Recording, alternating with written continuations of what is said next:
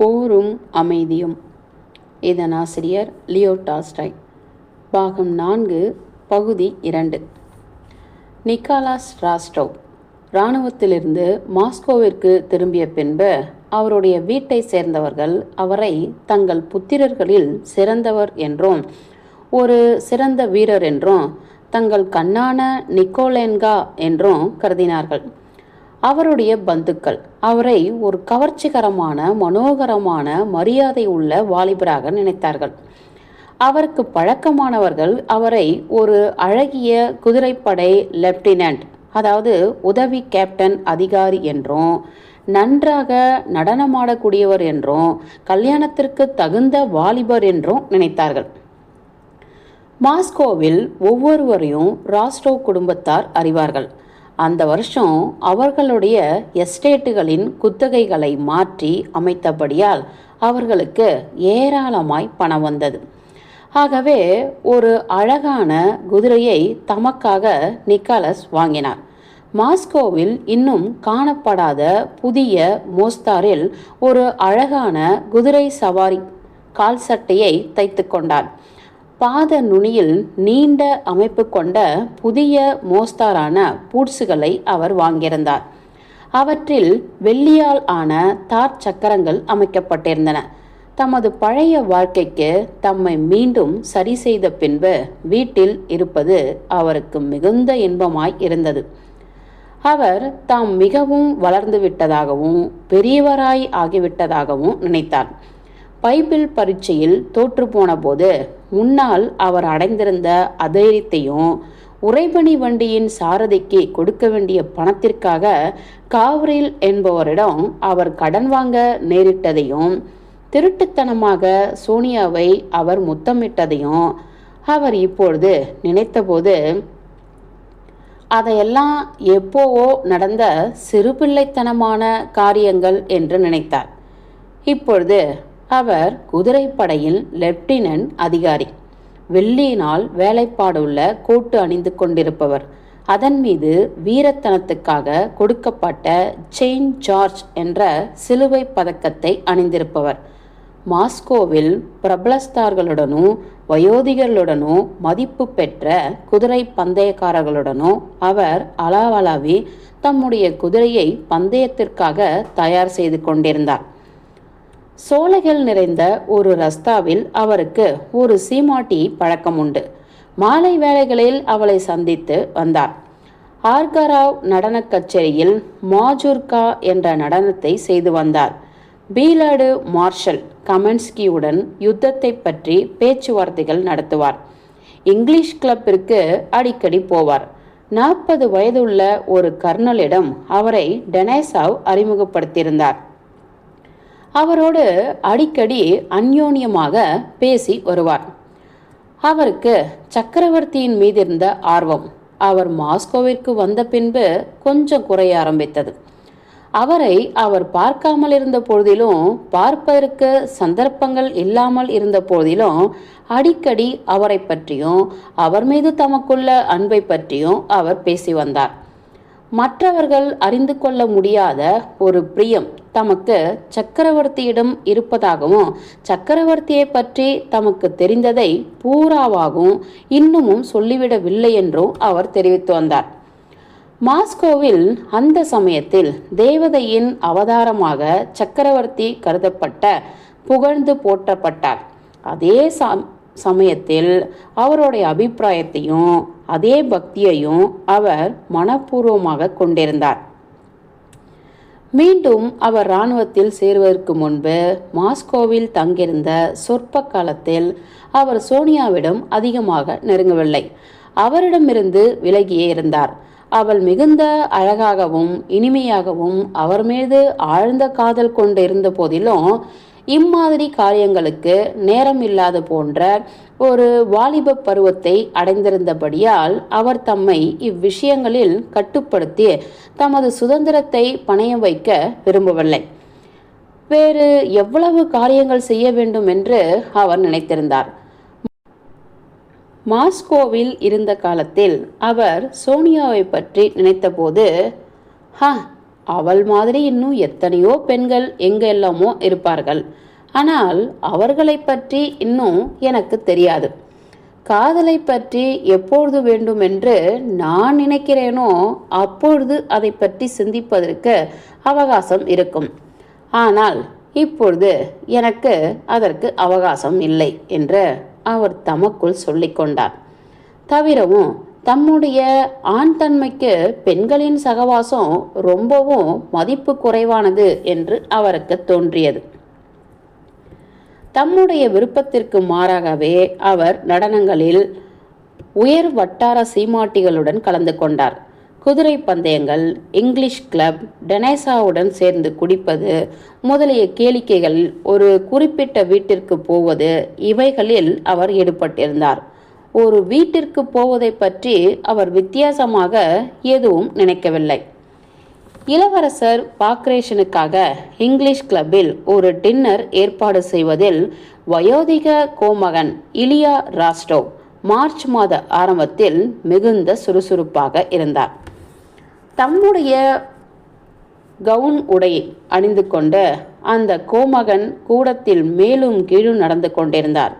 கிளப்பின் மேனேஜரிடமும் கிளப்பின் தலைமை சமையல்காரரான கோக்டிஸ்டுடனும் வெள்ளரிக்காய், ஸ்ட்ராபெரி, ஆஸ்பராக்ஸ், மீன் வகைகள் முதலியவற்றை பற்றி பேசிக்கொண்டிருந்தார். அந்த கிளப் ஏற்பட்ட காலத்திலிருந்தே அந்த கிளப்பிலும் கிளப்பின் கமிட்டியிலையும் கோமகன் ஒரு அங்கத்தினர். பாக்ரேஷனை மரியாதை செய்வதற்காக ஏற்பாடு செய்யப்பட்டிருந்த அந்த விழாவின் வேலைகளை கோமகனிடமே கிளப் ஒப்படைத்திருந்தது. ஏனெனில் சிறந்த முறையில் ஒரு விருந்தை ஏற்பாடு செய்வது என்பது சிலருக்குத்தான் தெரியும். அதிலும் அம்மாதிரி விருந்துகளில் ஏதாவது பணம் பற்றாக்குறையாக இருந்தால் தம் கையிலிருந்து அந்த பற்றாக்குறையை ஈடு செய்பவர்கள் மிக மிக சொற்பமாகவே இருப்பார்கள். அம்மாதிரி பேர் வழிகளில் கோமகனும் ஒருவர். கோமகன் சொல்வதை சந்தோஷமான முகங்களுடன் பிரதம சமையல்காரனும் மேனேஜரும் கேட்டுக்கொண்டிருந்தார்கள். ஏனெனில் ஆயிரக்கணக்கான ரூபில்களை செலவிட்டு நடத்தப்போகும் அந்த டின்னரை கோமகனை தவிர வேறு யாராவது நடத்துவதாக இருந்தால் அவ்வளவு சுலபமாக அவர்களுக்கு லாபம் கிடைக்காது என்பதை அறிவார்கள். ரொம்ப சரி. ஆனால் ஆமை சூப்பில் சேவல்களின் கொண்டைகளை போட மறந்து விடாதீர்கள். குளிர்ச்சியான 3 பட்சணங்களுக்கு ஏற்பாடு செய்யலாம் என்று சமையற்காரன் கேட்டான். இதை பற்றி கொஞ்ச நேரம் கோமகன் சிந்தித்தார். ஆமாம், 3 பதார்த்தங்களுக்கு குறையக்கூடாது. மாயோனைஸ் என்பது ஒன்று என்று அவர் ஒரு விரலை மடக்கினார். அப்படியானால் அந்த பெரிய சுறா மீன்களுக்கு ஏற்பாடு செய்துவிடட்டுமா என்று மேனேஜர் கேட்டார். ஆமாம், அவர்கள் விலையை குறைக்க முடியாது என்று சொன்னால் நாம் வேற என்ன செய்ய முடியும்? அடக்கடவுளே, நான் ஒரு விஷயத்தை மறந்துவிட்டேன். மற்றொரு வரவேற்பு வாசல் அமைப்பதற்கு நாம் ஏற்பாடு செய்ய வேண்டும் என்று கூறி தமது தலையை பிடித்து கொண்டு, எனக்கு யார் பூக்களை கொண்டு வந்து கொடுக்க போகிறார்கள்? டிமிட்ரி, ஹே டிமிட்ரி, நம்முடைய மாஸ்கோ எஸ்டேட்டுக்கு உடனே குதிரையில் ஏறி பாய்ந்து ஓடு. அங்கே மேக்சிம் என்ற தோட்டக்காரனிடம் சொல்லி உடனே அந்த வேலைக்காரர்களை கொண்டு நம்முடைய செடி கூடத்தில் உள்ள பூக்கள் செடிகளை எல்லாம் நன்றாக கம்பள துணிகளில் கட்டி இங்கே கொண்டு வர ஏற்பாடு செய். வெள்ளிக்கிழமை அன்று 200 செடி தொட்டிகள் எனக்கு வந்தாக வேண்டும். இம்மாதிரி பல உத்தரவுகளை அவர் கொடுத்துவிட்டு தம்முடைய சின்ன கோமகளிடம் சென்று கொஞ்சம் இளைப்பாறலாம் என்று நினைத்தார். ஆனால் எதையோ முக்கியமான ஒன்றை நினைத்து கொண்டு மீண்டும் திரும்பினார். மறுபடியும் அந்த சமையல்காரனையும் மேனேஜரையும் வரவழைத்தார். மீண்டும் பல உத்தரவுகளை கூற தொடங்கினார். ஒரு மெல்லிய காலடி ஓசையும் தார் சக்கரங்களின் சப்தமும் வாசலில் கேட்டது. வாலிப கோமகன் அழகாகவும் சிறந்த மேனியுடனும் சிறிய கருத்த மீசையுடனும் நன்றாக மாஸ்கோ வாழ்க்கையில் மகிழ்ந்து அனுபவித்தவரை போன்ற தோற்றத்தோடும் அறைக்குள் நுழைந்தார். படித்தவரை போன்ற தோற்றத்தோடும் அறைக்குள் வந்தார்.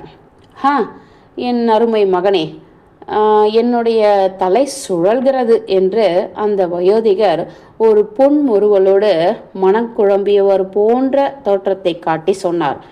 நீ மட்டும் இப்பொழுது எனக்கு உதவி செய்வாயானால் எனக்கு பாடகர்களும் வேண்டும், எனக்கு தனியாக ஆர்கெஸ்ட்ராவும் வேண்டும். ஆனால் ஜிப்சி பாடகர்கள் வேண்டாமா? அம்மாதிரி பாட்டுகளை தானே இராணுவத்தை சேர்ந்தவர்கள், அதாவது நீங்கள் எல்லோரும் விரும்பி கேட்கிறீர்கள். ஷார்ன் கிராபெர்ன் சண்டைக்கு முன்னால் இளவரசர் பார்க்ரேஷன் கூட நீங்கள் இப்பொழுது படுகிற கவலையைப் போல பட்டிருக்க மாட்டார் என்று எனக்கு தோன்றுகிறதப்பா என அவருடைய குமாரர் புன்முறுவலோடு பேசினார். தாம் கோபமாயிருப்பது போல வயோதிக கோமகன் பாசாங்கு செய்தார். ஆமாம், நீ பேசுவாய், நீ செய்து பாரு, தெரியும். ஒரு மரியாதையும் கவனமும் உள்ள கவனத்தோடும் ஆதரவோடும் தந்தையையும் குமாரரையும் பார்த்து கொண்டிருந்த அந்த சமையல்காரரை வயோதிக கோமகன் திரும்பி பார்த்தார்.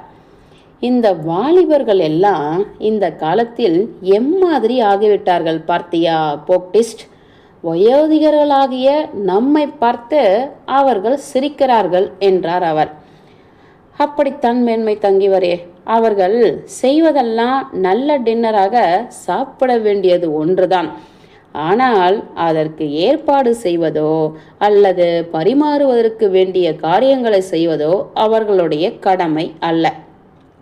அதேதான் என்று கோமகன் கூச்சலிட்டு சந்தோஷமாக தமது இரு கைகளாலும் குமாரனை பிடித்து கொண்டு, இப்பொழுது உன்னை நான் பிடித்து கொண்டேன்.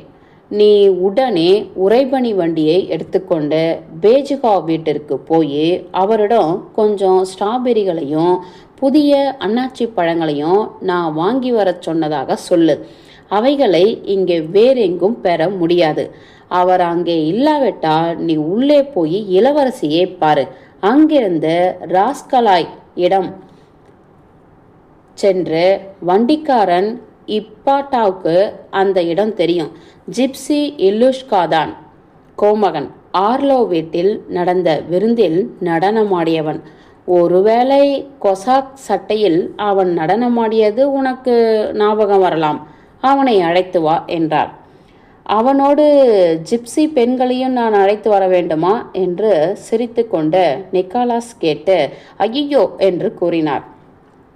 அந்த வினாடியில் சப்தமில்லாத அடிகளால் நடந்து அதே மாதிரி காரியக்கார தோரணையில் எதையோ நினைத்து கொண்டிருப்பவளை போல, ஆனால் எப்போதும் அவள் முகத்தை விட்டு அகலாத ஒரு பணிவான கிறிஸ்துவ தோற்றத்தோடு அன்னாமிக்காலாவனா அந்த ஆளில் நுழைந்தாள். கவுன் உடையில் கோமகன் இருக்கும்போது அவள் தினம் அவரை சந்திப்பது வழக்கம். ஆனால் அவளை பார்த்ததும் அவர் மனம் குழம்பி அந்த உடையோடு இருப்பதற்காக தம்மை மன்னிக்கும்படி அவர் கேட்பது வழக்கம். அதை பற்றி ஒன்றும் இல்லை என் அருமை கோமகனே என்று அவள் சொல்லி பணிவோடு கண்களை மூடினாள்.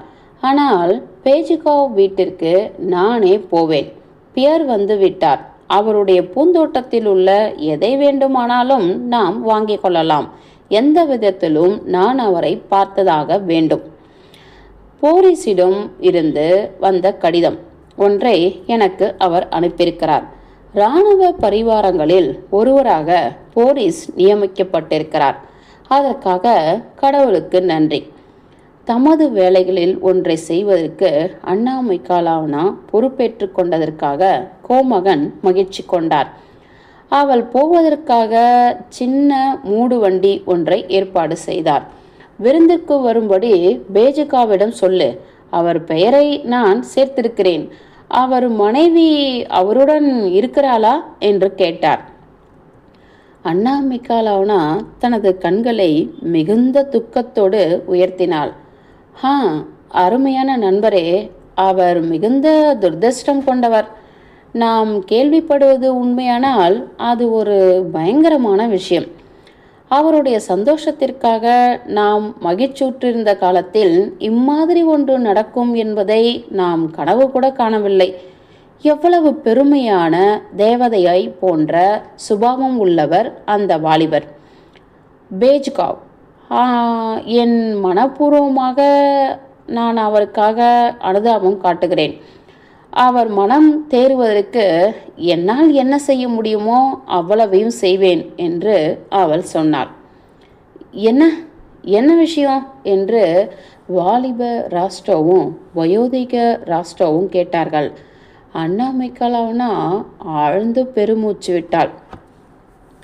மேரி ஐவானாவின் குமாரரான டொலாகாவ் அவளோடு உறவு வைத்து கொண்டிருப்பதாக சொல்கிறார்கள் என்று ஒரு அதிசயமான குசுகுசுப்பு துணியில் சொன்னாள். அந்த டொலாக்காவை பியர் அழைத்தது தமது பீட்டர்ஸ்பர்க் வீட்டில் குடியிருக்கும்படி செய்தார். ஆனால் இப்பொழுது அவள் இங்கே வந்திருக்கிறாள். அந்த எதற்கும் துணிந்த பிசாசும் அவளுக்கு பின்னால் வந்திருக்கிறான் என்று பியருக்கு தமது அனுதாபத்தை காட்ட விரும்பியவள் போல அன்னாமிக்காலாவனா பேசினாள். ஆனால் தன்னை அறியாமலேயே பேசிய அவளுடைய உச்சரிப்புகளினாலும் அவள் காட்டிய பாதி புன்னகையினாலும் அந்த துணிகரமான பிசாசு என்று அவளால் அழைக்கப்பட்ட டொலாக்காவிடம் அவளுக்குள்ள அனுதாபத்தையும் காட்டிவிட்டாள். இந்த துர்தஷ்டத்தினால் பியர் மிகவும் மனம் முறிந்து போனதாக சொல்கிறார்கள். ஐயோ என்றாலும் கிளப்பிற்கு வரும்படி அவரிடம் சொல்லு. இதெல்லாம் சீக்கிரம் தீர்ந்து போகும். நாம் நடத்த போகிற விருந்து மிக பிரம்மாண்டமானதாக இருக்கும். மறுநாளாகிய மார்ச் மாதம் 3ஆம் தேதி அன்று மத்தியானம் 1 மணிக்கு பின்னால் இங்கிலீஷ் கிளப்பை சேர்ந்த 250 உறுப்பினர்களும் 50 விருந்தாளிகளும் அன்று தாங்கள் கௌரவிக்கப் போகிற விருந்தாளியையும் ஆஸ்திரிய போராட்டத்தின் வீரருமான இளவரசர் பாக்ரேஷன் வருகைக்காக காத்திருந்தார்கள். ஆஸ்டர்லிச் யுத்தத்தை பற்றிய செய்தியை முதலில் கேட்டதும் இன்னதென்று புரியாமல் மாஸ்கோ திகைத்தது. அந்த சமயத்தில் வெற்றி ஒன்றையே பெறுவது ரஷ்யர்களுக்கு வழக்கமாக இருந்தது. ஆகவே அம்மாதிரி தோல்வியை அவர்கள் கேட்டதும் அவர்களால் நம்ப முடியவில்லை. சிலர் இம்மாதிரி அதிசயமாய் நடந்ததற்கு அசாதாரணமான காரணங்களை தேடிக்கொண்டிருந்தார்கள். பிரபலமானவர்களும் முக்கியமானவர்களும் விஷயங்களை அறிந்தவர்களும் அந்த கிளப்பில் கூடியுள்ள போது டிசம்பர் மாதத்தில் அந்த செய்தி வந்தது. சதி ஆலோசனை செய்தது போல எல்லோரும் மௌனமாய் இருந்தார்கள். யுத்தத்தை பற்றியோ கடைசியாக நடந்த சண்டையை பற்றியோ அவர்கள் எதுவும் சொல்லவில்லை. உரையாடல்களில் கருத்துக்களை உருவாக்கக்கூடியவர்களான கோமகன் ராஸ்டாக்சியின் இளவரசர் யூரி டால்காருகாவ் வாலாவ், கோமகன் மக்காவ், இளவரசர் வியாஜெம்ஸ்கி ஆகியவர்கள் கிளப்பில் காணப்படவில்லை. அவர்கள் தனியாக தாங்கள் அந்யோன்யமாய் இருப்பவர்களோடு அவர்களுடைய வீடுகளில் சந்தித்து பேசிக்கொண்டிருந்தார்கள். பிறரிடமிருந்து கருத்துக்களை அறிந்து தங்கள் கருத்துக்களை கூறிக்கொள்ளும் மாஸ்கோ வாசிகள் யுத்தத்தை பற்றி எந்த விதமான கருத்தும் கொள்ளாமல் இருந்தார்கள். அவர்களுக்கு தலைவர்களும் இல்லை. ஏதோ ஒரு தவறு நடந்துவிட்டதாக மாஸ்கோவாசிகள் உணர்ந்தார்கள். அந்த துக்கமான செய்தியை பற்றி பேசுவது கஷ்டமாக இருந்தபடியால் மௌனமாயிருப்பதே நல்லது என்று நினைத்தார்கள். ஆனால் கொஞ்ச காலம் கழிந்த பின்பு ஜூரிகள் ஆலோசனைக்கு பின்னால் அவர்களுடைய அறையை விட்டு வெளியே வருவதைப் போல அந்த கிளப்பில் கருத்துக்களை உருவாக்கக்கூடியவர்கள் மீண்டும் கிளப்பிற்கு வந்தபடியால் ஒவ்வொருவரும் அந்த செய்தியை பற்றி தெளிவாகவும் முடிவாகவும் பேச ஆரம்பித்தார்கள். நம்ப முடியாத, இதுவரை கேள்விப்படாத, நடக்க முடியாத விஷயமான அந்த ருஷ்ய தோல்விக்கான காரணங்களை கண்டுபிடித்தார்கள். ஒவ்வொன்றும் தெளிவாகி கொண்டு வருவதாக தோன்றியது. மாஸ்கோவின் மூலைகளிலெல்லாம் இதே பேச்சுகளை பேச ஆரம்பித்தார்கள். ஆஸ்திரியர்களின் துரோகம், ஒரு திறமையற்ற யுத்த கவுன்சில், போலந்துக்காரராகிய பிரிஸ்தஸ்பி ஜேவ்ஸ்கி, பிரெஞ்சுக்காரராகிய லாங்கரன் ஆகியவர்களுடைய துரோகம், குட்டுஜோவின் தகுதியின்மை, வாலிப சக்கரவர்த்தியின் அனுபவயின்மை, அதனால் அவர் முக்கியமில்லாத உபயோகமில்லாத நபர்களை நம்பியது. இவையெல்லாம் தான் தோல்விக்கு காரணங்கள் என்று அவர்கள் கண்டுபிடித்தார்கள். அதனால இந்த இராணுவம் இருக்கிறதே, இந்த ருஷ்ய இராணுவம் இது அசாதாரணமானது என்றும் ஆச்சரியப்படக்கூடிய விதத்தில் தங்கள் வீரத்தை காட்டியதாகவும் ஒவ்வொருவரும் சொல்லி வந்தார்கள். சிப்பாய்களும் அதிகாரிகளும் ஜெனரல்களும் வீரர்களாய் விளங்கினார்கள். வீரர்களிலெல்லாம் வீரராய் இளவரசர் பாக்ரேஷன் விளங்கினார். ஷான் கிராபர்ன் சண்டையிலையும் தம்முடைய படை சிதறிவிடாதபடி தாம் தனிமையாக ஆஸ்டர்லிச்சிலிருந்தும் படையை பின்வாங்கிய காரியத்திலையும் இளவரசர் பாக்ரேஷன் தனி சிறப்போடு விளங்கினார். அவர் பின்வாங்கிய போது அவருடைய படையின் பலத்தில் 2 மடங்கு அதிகமான பலங்கொண்ட எதிரிகளை விரட்டியடித்து கொண்டே வந்தார். மாஸ்கோவில் அவருக்கு எந்தவிதமான தொடர்பும் கிடையாது. அவர் அங்கே அறிமுகம் இல்லாதவர். மாஸ்கோவின் வீரராக அந்த சமயம் அவரை தேர்ந்தெடுத்திருக்கு அதுவும் ஒரு காரணமாகும். அவருக்கு காட்டிய மரியாதையில் அவர் ஒரு ருஷ்ய வீரர் என்ற முறையிலையும் இராணுவத்தில் சூழ்ச்சிகளில் அவர் சம்பந்தப்படாதவர் என்ற முறையிலையும் சுவாராவுடன் இத்தாலியில் நடந்த போராட்டங்களில் அவர் சம்பந்தப்பட்டவர் என்ற முறையிலையும் அவருக்கு மரியாதை காட்டப்பட்டது. மேலும் அம்மாதிரி பாக்ரேஷனுக்கு மரியாதை காட்டுவதன் மூலமாகத்தான் தங்களுடைய அதிருப்தியையும் ஆட்சேபனையும் குட்டுஜோவிடம் அவர்கள் காட்ட முடியும். பாக்ரேஷன் அங்கு இல்லாமல் இருந்திருந்தால் பாக்ரேஷனை நாம் உற்பத்தி செய்ய வேண்டியதாய் இருக்கும் என்று வால்டேர் கூறிய ஒரு பழமொழியை தமக்கு சாதகமாக திருப்பி ஷென்ஷைன் என்பவர் வேடிக்கையாக பேசினார்.